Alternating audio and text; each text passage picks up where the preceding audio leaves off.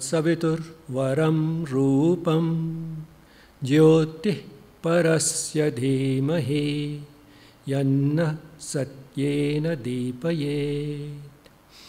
ॐ शान्ति शान्ति शान्तिः।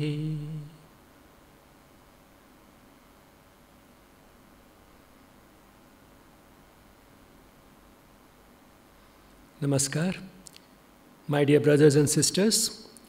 111 years ago, Sri Aurobindo delivered a speech that has become famous as the Uttarpada speech. This speech is of great significance for at least two reasons. This was perhaps the only occasion on which Sri Aurobindo talked about his personal spiritual experiences in public. And secondly, he also brought out in this speech how these spiritual experiences led him to his true and final calling, the mission of his life. To put it in the right context, Sri Aurobindo returned from the UK in 1893 at the age of 21 after spending 14 years there. Soon after returning, he went to Baroda and joined a teaching job at a college run by the Maharaja of Baroda. And this went on for almost 14 years. So 14 years in England and then 14 years in Baroda. दो बनवास हो गए 14-14 साल के. During these years in Baroda, he did something very important, and that was to teach himself Sanskrit and went into the ancient Indian scriptures in their original. So far as his participation in the freedom struggle was concerned, that was more or less restricted to writing some provocative articles to galvanize the youth of the country, to stimulate them to work for the freedom of the country. The precipitating factor for his joining the freedom struggle full-time came when the British decided around 1905 to divide Bengal, and the people didn't want it. So he took that call. By 1906, Sri Aurobindo took the call to join the freedom struggle full-time. And by 1907, he severed all his connections with Baroda and jumped into the freedom struggle full-time. Within a very short period, he created such a ripple that the British government declared him the most dangerous Indian to deal with. And therefore, they were looking for an opportunity to arrest him, and the opportunity came soon enough in 1908 when there was a bomb blast in which two British ladies died, and anybody who could in any way could possibly be connected with the bomb blast was rounded up, and of the about 40 people who were arrested, one was Sri Aurobindo. This happened in the year 1908. And then Sri Aurobindo was in prison, being tried for this bomb blast for 1 year. And then he was released in 1909, and by 1910, he was in Pondicherry. So you can see things moved very fast after 1907. It was in 1907 that he severed all his connections with Baroda. He was arrested in 1908, released in 1909, and was in Pondicherry in 1910. So it was within a very short period after his release in May 1909 that he delivered this speech. And this was an inspired speech. He had planned to say something different. What he ended up saying was very different. And it was as if at the last moment he received a command about what he should say, and the words just came from a higher source and flowed through him. And this happened a year after his imprisonment. He was arrested on the 2nd of May 1908, released in May 1909, and it was on the 30th of May 1909 that he delivered this speech. Now let's see what he actually said in this speech. The first thing that he brought out was that after he was arrested, his initial reaction was why it had happened. And he said that if there is a God, then he should have realized that I'm not asking anything for myself, I'm not working for myself, I'm asking for the freedom for the country, and that is something which is very small for him. He can easily give it, but then instead of fulfilling my ambition to have the country free, my work has been interrupted, and here I am in this prison. Why has it happened to me? He was in solitary confinement, and within a few days, the answer came. God replied to his query. The answer was that the bonds that you could not break, I have broken for you. I did not want you to continue with the work that you were doing, and it is to prepare for what you actually have to do that you have been brought here. Now, what were the bonds that the divine broke through this intervention? The intervention that brought him to jail. The bonds were to the work itself, the work for the freedom of the country. And Sri Aurobindo was so involved in it that he had more or less come to believe that his participation in the freedom struggle was something for which he was indispensable, and therefore he considered it something very important, and therefore was extremely upset why this work had been interrupted. And he started questioning the existence of God. He said, if there is a God, why has he interrupted this work? But then he got the answer, and then he realized that yes, he was in fact too attached to the freedom struggle, and perhaps he needs to do something else. Then, after a few days in solitary confinement, when he had got his answer, came the next phase when some jailers took pity on him and allowed him at least to walk for some time outside. And as he was walking outside the prison, he started having a spiritual experience of the divine being everywhere, in the trees, and then this experience was repeated in the cell. He saw the divine in the dirty bed on which he was sleeping, and the blanket in which he was wrapped felt him like the arms of Krishna, and he saw Lord Krishna in the jailers, he saw them in the other inmates in the prison, and he also, when he was taken to the court, saw the divine in the judge, and he saw him in the defense counsel, and he saw him in the prosecution counsel. So he had this experience of the divine in the form of Krishna everywhere, in everything and in everybody.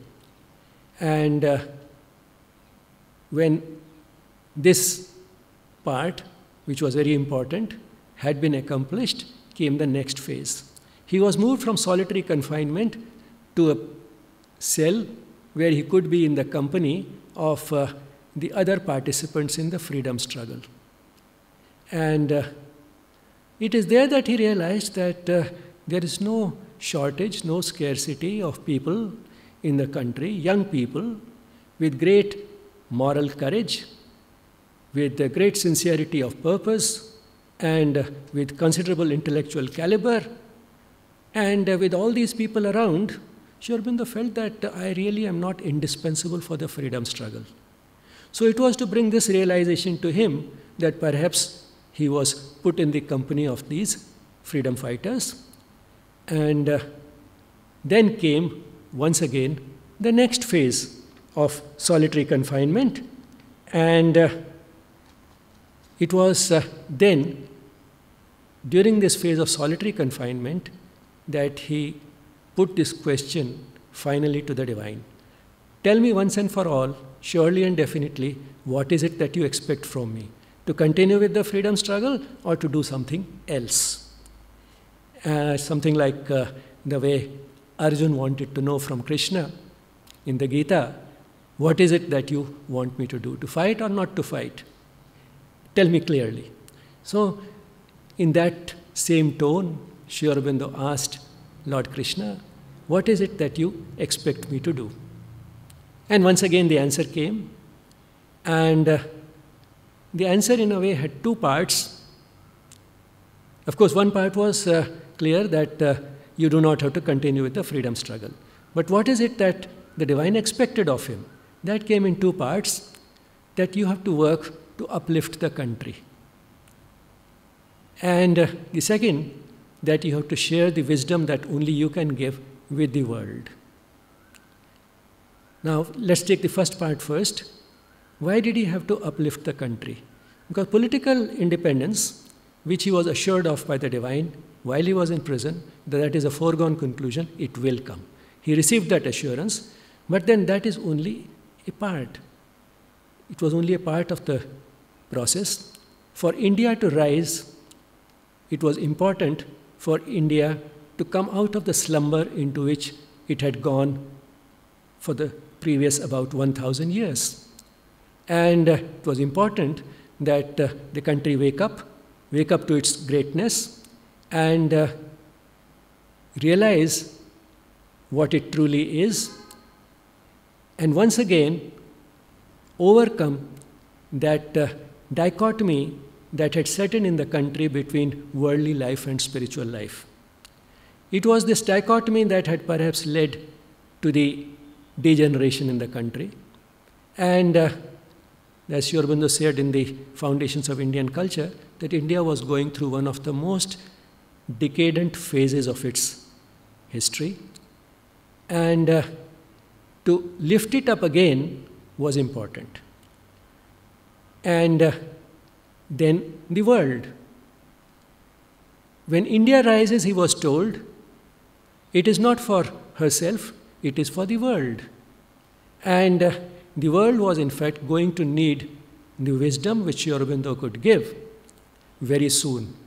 Because the Western world was reaching a point where it would soon be supersaturated with material comforts, but would be spiritually starved.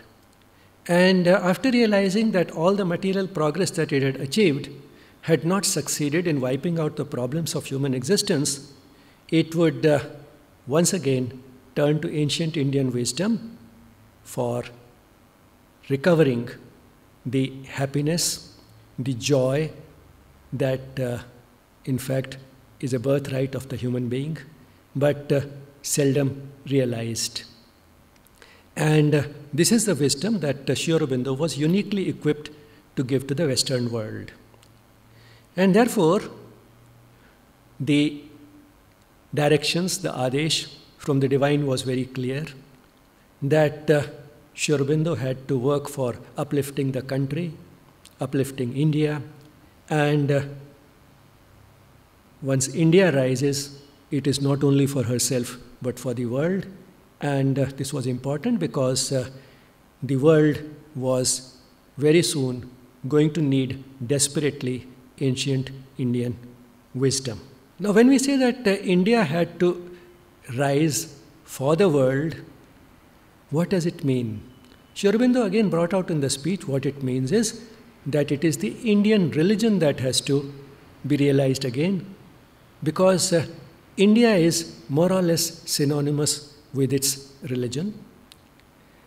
Sri Aurobindo has brought out once again in the Foundations of Indian Culture in much greater detail that in India, religion is not a separate compartment, something to be kept in a corner. It is something that permeates all life. And it is this religion that Sri Aurobindo has called the Indian religion. In fact, he has used in his works the words Indian religion, Hinduism, and Sanatana Dharma, more or less synonymously, which in a way they are, but we'll not go into that. But the important thing is, it is for the sake of this Sanatana Dharma that India had to rise. Because Sanatana itself means universal. It was for the sake of this Sanatana Dharma that India had to rise. Sanatana means eternal, and as Sri Aurobindo said in the speech, that a religion cannot be eternal if it is also not universal. Which means that it has to be the type of religion which is for all time, all places, and that is the type of religion Sanatana Dharma is. And then Sri Aurobindo went on to bring out a few unique features of this Sanatana Dharma. And those were very extremely powerful lines. They all start with, this is the one religion which, this is the one religion which.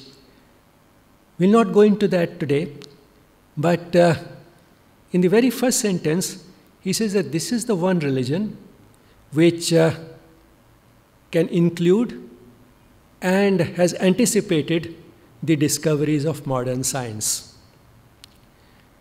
In fact, if you find the developments in physics, after we started getting out of the phase of Newtonian physics, Einstein onwards, many physicists who have taken some interest in ancient Indian wisdom started realizing that the findings in theoretical physics had a great parallel with the deeper truths of existence that we find in the Upanishads.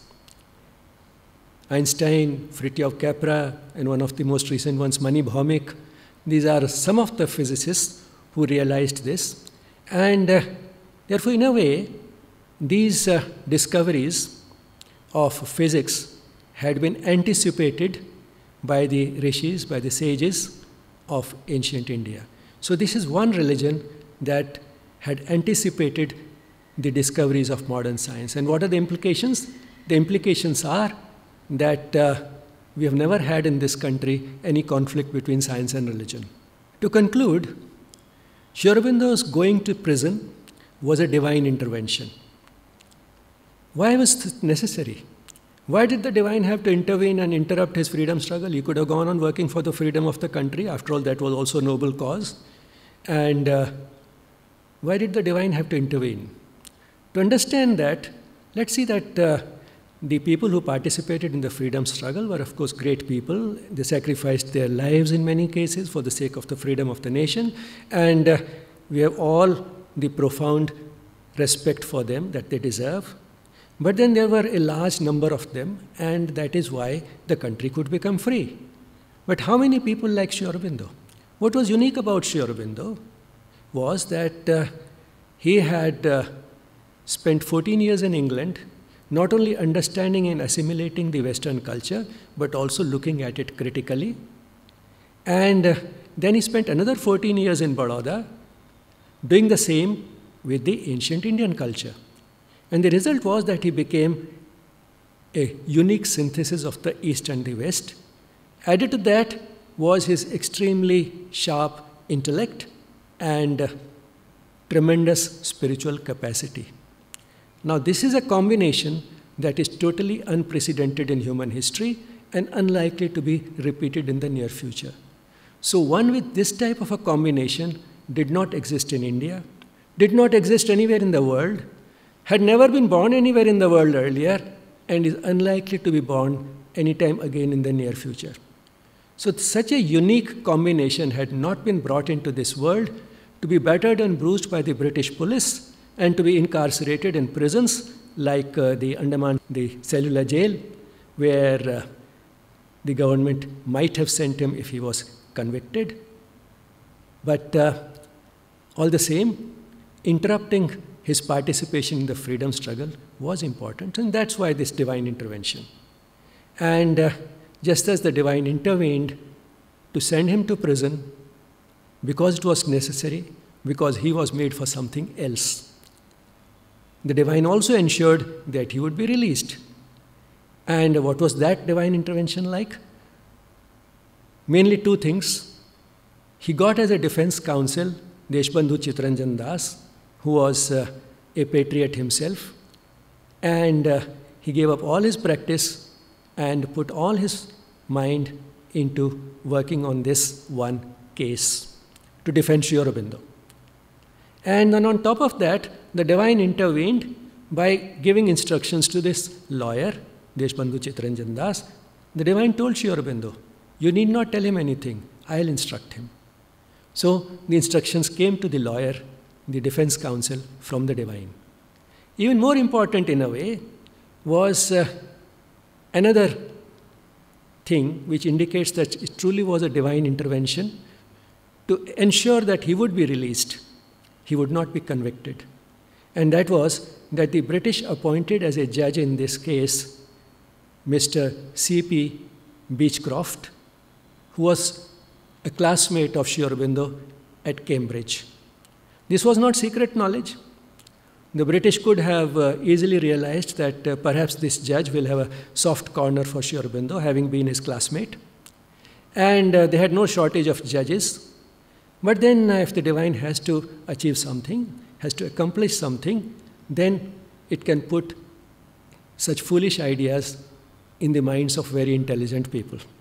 And that is why perhaps the British appointed him as a judge. And when a judge is looking at a few hundred pages, sifting through a few hundred pages to determine whether a person is guilty or innocent, then the subjective bias of the judge cannot be ruled out.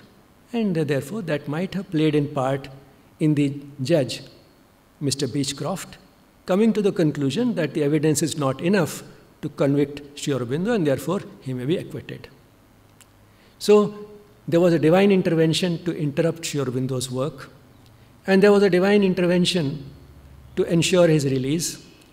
He was in prison for exactly 1 year because that much was necessary for him to be sure about what his mission in life is. And even this 1 year period was divided into sections, each section accomplishing its role. First solitary confinement, then solitary confinement along with taking walks, and then being with other participants in the freedom struggle, and then once again solitary confinement. So this 1 year period was split up in a way, in such a sequence that the reason why he was in prison can be accomplished. The reason why the divine had intervened and sent him to prison, that is fulfilled. And when the work was done, he was acquitted. He didn't stay in prison for a day less or a day more. And these are the wonderful ways of the divine by which it works.